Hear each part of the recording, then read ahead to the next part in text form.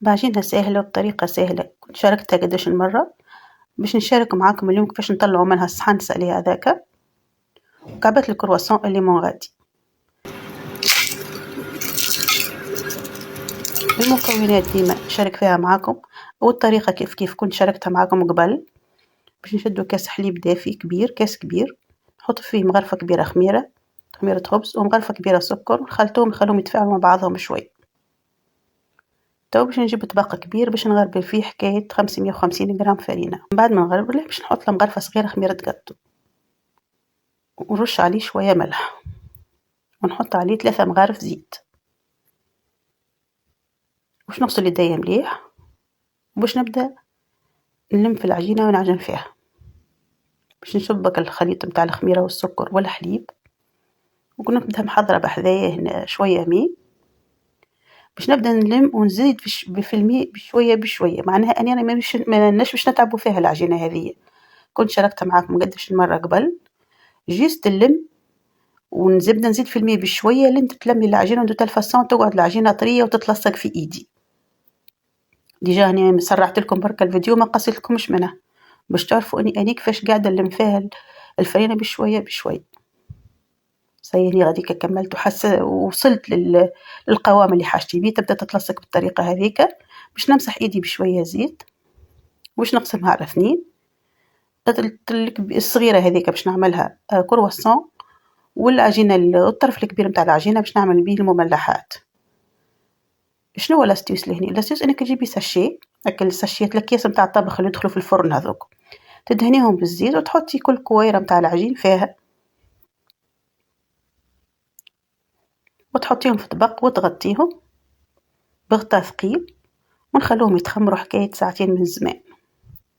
تو باش نحضر الحشوة متاع الكرواسون، باش نعمل راني كريم باتيسير حاضرة هذيكا، جبت نص لتر حليب، عملت عليها 2 مغارف سكر وساشي كريم باتيسير، طيبتها، بعد ما طيبتها باش نحطها في معون وباش نغطيها بالبلاستيك الغذائي ونحطها في الفريجيدير لين من بعد باش نجبد نركضها وحدها، مانيش باش نزيدها حتى شيء، باش نخليها ترتاح في الفريجيدير. يعني العجينة حضرت، باش أول حاجة باش نعملها باش نعمل عجينة الكرواسون. شفتوها العجينة بعد ما ريحتها، شفتوها تمشي معاكم، تجبديها تمشي، ما تستحقيش حتى القلقال، يعني السر انك انتي تخليها ترتاح فك البلاستيك الغذائي هذاك، وبعد تبدي تخدمي به. انا هني باش نعمل كرواسون، جبت حكاية 80 غرام زبدة بحرارة الغرفة، وبديت نمشي فيها على طول العجينة هكاك. هي عبارة بات فايتي، اما ماهيش بروفيسيونيل بات فايتي دياري بيانسير، هي تنجح، ماهيش باش تكون بروفيسيونيل كيما متاع الشارع لما حالة، اما تنجح، ناجحة بصراحة. صغاري يحبوها، اما ما نعملهاش ديما، الحق نعملها مرة بعد قداش. هاني المرة هذيك عملتها، حبيت نشاركها معاكم. تو باش نحطها في البابي السلوفان بلاستيك غذائي، ونحطها ترتاح في الفريجيدير، وبعد باش نبدا نخدم العجينة متاع المملحات لهني متاع لي سالي، كيف شفتوها وانا تمشي معاك طرية، تمشي معاك مشيان، جيست باش نعملها عجنة ولا زوز. شفتوها كيفاش تكون طرية، ونقسمها كويرات كويرات، كل كويرة كيفاش باش نشكلها. باش نبدا هني نعمل معاكم في الاشكال متاع السالي. الكويرات هذوك يلزمو يتغطوا باش العجينة ما تشيحش، تحلها يعني ضربة واحدة بالقلقال تمشي معاك. اول حاجة باش نعملها ميني سوفلي، كنت أنا عاملة تختوخ متاع دجاج، وعاملة شوية هريسة حلتها مع شوية كريم فريش. هني باش نعمل الميني ساندويتش الخبز برك، هاو أنا تحل عجينة هكاكا وتلفيها وتروليها بالطريقة هذيك بشكل ميني باجيت صغيرة، مهم تسويها تجي قد قد. هني باش نعمل ميني همبرجر،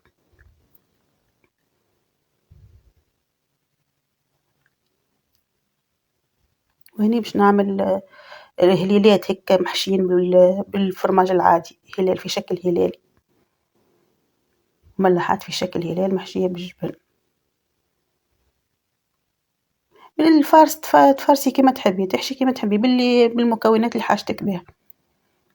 هذوما هني كويرات للبطبوط باش نحيهم باش نخليهم يرتاحوا ويتخمروا شوية على جنب، نغطيهم زادا كيف كيف نخلي يكونوا مغطيين،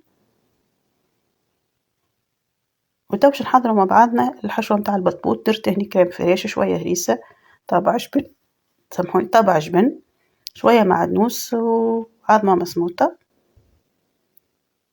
وتختوخ متاع دجاج وخلطتها مع بعضها.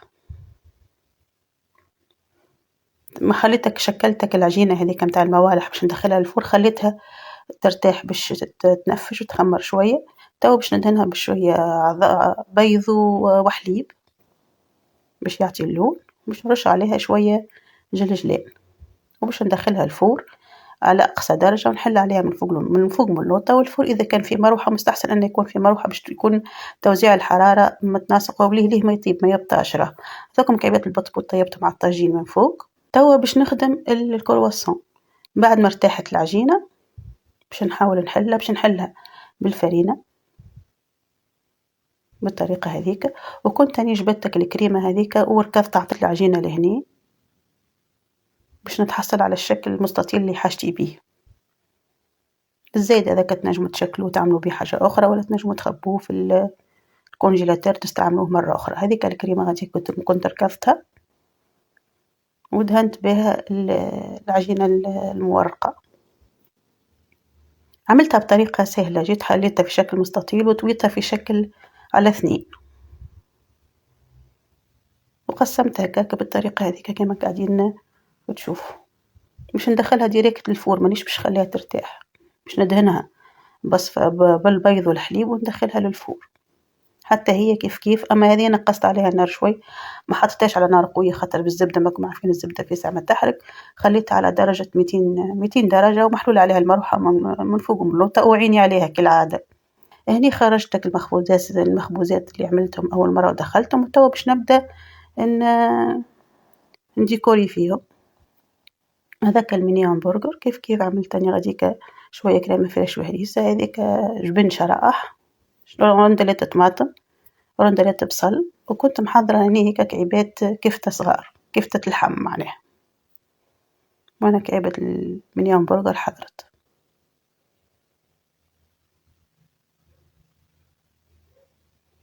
تا باش نعمل ميني ساندويتش كيف كيف عملتها بشوية هريسة وكريمة فريش مخلطين مع بعضهم، وعملت التختوخ متاع الدجاج ورندلات طماطم وشوية جبن من فوق، وهذاك البلاتو متاعي حضر. تو باش نبدا نحللكم بالكعبة بالكعبة باش تشوفوا من داخل كيفاش العجينة هشوشة وطرية. هاكا الميني سوفلي. وكيما قلت لكم راهو تنجموا تحشوا بالتن، تحشوا اللحم المفروم، بالبيض والجبن، جبن بركة، حصيلوا المتوفر عندكم، الجود من الموجود، معناه الموجود عندكم تنجموا تعملوها به. هذيك بقت لي عجينة عملت لها شوية من فوق شوية صوص ورشيت عليها شوية معدنوس، جبت الكرواسون اللي حشيتها من داخل وزينتها من فوق بشوية كريم الموجودة هذيك وشوية شوكولاتة. وهذاك هو الفيديو متاعنا اليوم وهذيك الوصفة، وإلى اللقاء في فيديو آخر، وتحياتي حبيباتي.